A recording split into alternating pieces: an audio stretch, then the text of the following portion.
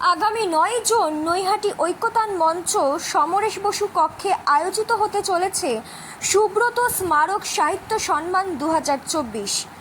জীবন কথাকার সুব্রত মুখোপাধ্যায়ের স্মরণে বিগত কয়েক বছর ধরে গণকণ্ঠ হালিশহর এই অনুষ্ঠানটি করে আসছে সাহিত্যিকের জন্মদিন উপলক্ষে। এবছরও ৯ জুন তা অনুষ্ঠিত হতে চলেছে। তার আগে বীজপুরের ভূমিপুত্র তথা সুপরিচিত সাহিত্যিক সুব্রত মুখোপাধ্যায়ের কিছু অজানা কথা আজ নিউজ হোয়াট অ্যাবাউটের পর্দায় তুলে ধরলেন নজরুল গবেষক ডক্টর বাঁধন সেনগুপ্ত।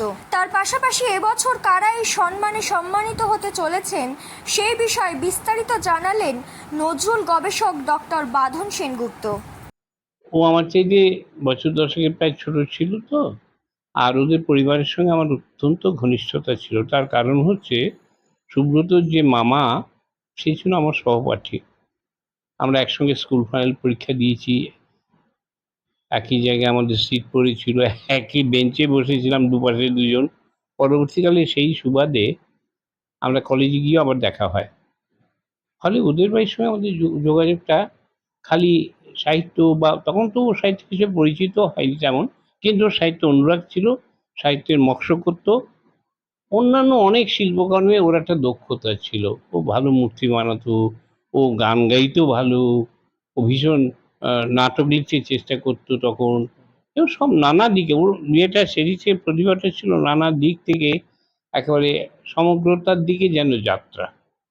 কাজেই সুব্রতকে লেখক হিসেবে চিনেছিল আস্তে আস্তে, যখন ওর গল্প বেরোলো বড় কাগজে, যখন ওর গল্প চারদিকে লেখা আরম্ভ হলো, বড় ঘরে নজর পড়লো, হ্যাঁ, তখন আস্তে আস্তে লোকে ওকে চেনে। কিন্তু ওকে প্রথম দিকে ওকে অত্যন্ত স্ট্রাগল করতে হয়েছে, নানা রকম বিদ্রূপ অবহেলা ওকেও সইতে হয়েছে। কিন্তু ওর ভেতরে যে জিলটা ছিল, যে আগ্রহ, যে ব্যগ্রতা, যে আমি বলবো রাধা জিল যাকে বলে ইংরেজিতে, সেইটি ওকে আস্তে আস্তে বড় করে নিয়েছে। আমি সেদিনই ওদের বাড়ির লোকজনের কাছে বলছিলাম, আমার বন্ধু বান্ধবদের কাছে, যে আমি সুব্রত সম্প্রতি কয়েকটা লেখা লিখেছি, কিন্তু আমার মনে হয়েছে আমি বোধহয় সেইভাবে স্যাটিসফাইড নই।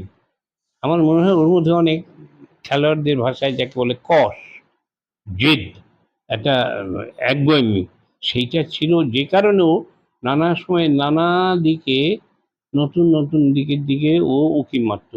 সেখান থেকে আবিষ্কার হতো জীবনের রহস্য, জীবনে দেখার চোখ, যেই চোখ একান্তভাবে ওর নিজের। সেই জন্যই আমার মনে হয় ওকে নিয়ে একটা বোধহয় আমার একটা আস্ত বই লেখা উচিত ছিল, বা উচিত এখনো, আমি জানি না আমি সক্ষম হব কিনা। লেখার খুব লোভ হয়, ভেতরে ভেতরে একটা স্বপ্ন আছে।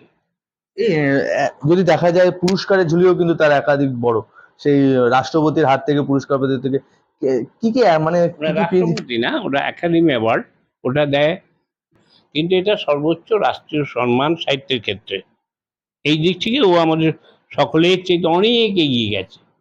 কারণ আমরা পরিচিতদের মধ্যে আশেপাশে কেউ আমরা একাডেমি অ্যাওয়ার্ড এই অঞ্চলে পাইনি। মানে কি, পাওয়ার যোগ্য হয়তো নই, কিন্তু ও যোগ্য ছিল এবং সবচেয়ে আগে ওই পেয়েছে। এটা আমাদের কাছে একটা অহংকার। বঙ্কিম অ্যাওয়ার্ডের প্রসঙ্গ। বঙ্কিম প্রথম ও পায় পুরস্কার, সেই পুরস্কারে আমি ছিলাম সারাক্ষণ, পদ্ধতি পড়িয়ে ওকে নিয়ে গেলাম রবীন্দ্র সদনে, সারাক্ষণ ওর সঙ্গে ছিলাম।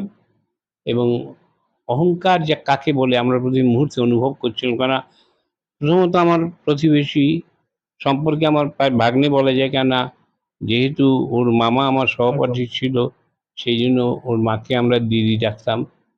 এবং ফলে মনে হতো আমাদেরই একজন, যার জন্য ওর ব্যক্তি জীবনে আমরা ভীষণভাবে মিশে গিয়েছি।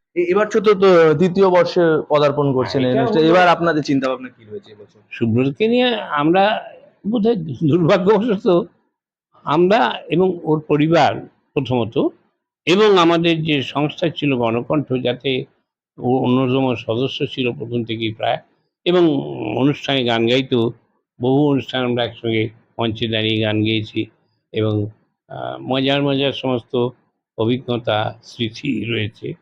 সেই জন্য গণকণ্ঠই, বিশেষ করে ওর ভাইয়ের প্রিয় গণকণ্ঠের প্রধান প্রাণপুরুষ মলয় মুখোপাধ্যায়, সেই তার দাদার স্মৃতিতে ঠিক করলো যে একেবারে পরিবারগত না হয়ে ওই গণকণ্ঠকে সামনে রেখে যদি সুব্রতকে আমরা মনে রাখতে পারি, মানুষের কাছে ছড়িয়ে দিতে পারি, তার প্রয়োজন, তার যে কৃতিত্ব, নানা দিক থেকে আলোচনা করার মতো বোধহয় এর চেয়ে ভালো প্রতিষ্ঠান আর কেউ হতো না, কেউ তো করেও নি। এটা খুব লজ্জার ব্যাপার। যাই হোক, এটা হতে হতে তো 3 বছর হয়েও গেল। এর মধ্যে যে বড় বৈশিষ্ট্য সেটা হচ্ছে সুব্রতকে ঘিরে যে সমস্ত মানুষ ছিল তাদের ওরা সম্মানিত করার চেষ্টা করেছে। আসলে তাদের সম্মানিত করা মানে হচ্ছে সুব্রতকে সম্মানিত করা। সুব্রতকে সম্মান, যেহেতু সুব্রতর দৈহিক উপস্থিতি নেই, কিন্তু তার স্মৃতির উদ্দেশ্যে এই সম্মান নিবেদন করে ওরা সুব্রতকে শ্রদ্ধা জানাতে চেয়েছে। আমি তার মধ্যে একমাত্র মাধ্যম মাত্র, যেহেতু আমি গোড়া থেকেই গণকণ্ঠের সভাপতি ছিলাম এবং দেখতে দেখতে আজকে বহুদিনও হয়ে গেল, 3-4 দশক অতিক্রান্ত হয়ে গেল। গণকণ্ঠ এখনো যে টিকে আছে সে কেবলমাত্র ওর ভাইয়ের নেতৃত্বের জন্যে, অবদানের জন্যে, এবং সামগ্রিকভাবে সুব্রত আমাদের মধ্যে একটা অন্যরকম যেন প্রেরণার উৎস হয়ে আছে, এটি বড় কথা। এবছর কারা কারা পাচ্ছেন বা অতীতে কারা কারা এই এটার ব্যাপারে একটা কথা জেনে রাখা ভালো, যে আমরা যে খুব একটা সমস্ত দিক থেকে সাহায্য করতে পারছি গণকণ্ঠে সদস্য বা উদ্যোগী বা তা নয়, হয়তো সবাই আছে, সবাই ওকে ভালোবাসতো, কেন ও নিজেদের মধ্যেই ছিল। কিন্তু মোটামুটি ভাবনাটা এরকমই আছে, যেন কোনো গোষ্ঠীর হাতে গিয়ে না পড়ে। সাহিত্যে কোনো রকম পার্টিকুলার কোনো একটা দিকে যেন আমরা ঝুঁকে না পড়ি।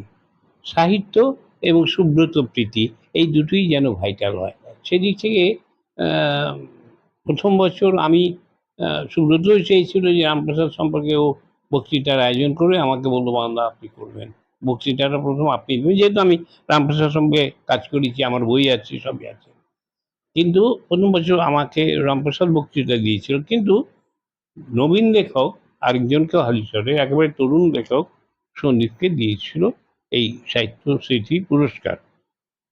পরবর্তীকালে আরো দুজনকে দেওয়া হয়, কখনো একজনকে দেওয়া হয়। যেমন এবছর ওরই প্রায় সহপাঠী বন্ধু তমাল শাহ, বিশিষ্ট কবি, সাংবাদিক, ওর নাম সবাই মিলিয়ে একটা আলোচনা করে সিদ্ধান্ত নেওয়া হয়েছে। এবং সেই সঙ্গে হালিশহরেই থাকেন আরেকজন বিশিষ্ট নাট্যকার, একালের অন্যতম শ্রেষ্ঠ নাট্যকার বলা যায়, আমাদের নবীন বন্ধু তীর্থঙ্কর চন্দ্র, তাকেও দেওয়া হচ্ছে। আনন্দের সংবাদ। মানে বিভিন্ন মাধ্যম থেকে তুলে একটা উপন্যাস বা গল্পের দিক থেকে একজন, বা কবিতার দিক থেকে একজন সাংবাদিক, আর আরেকজন হচ্ছেন নাটকের দিক থেকে এবং প্রাবন্ধিকও বটে। এইটি ভেবেছি আমরা।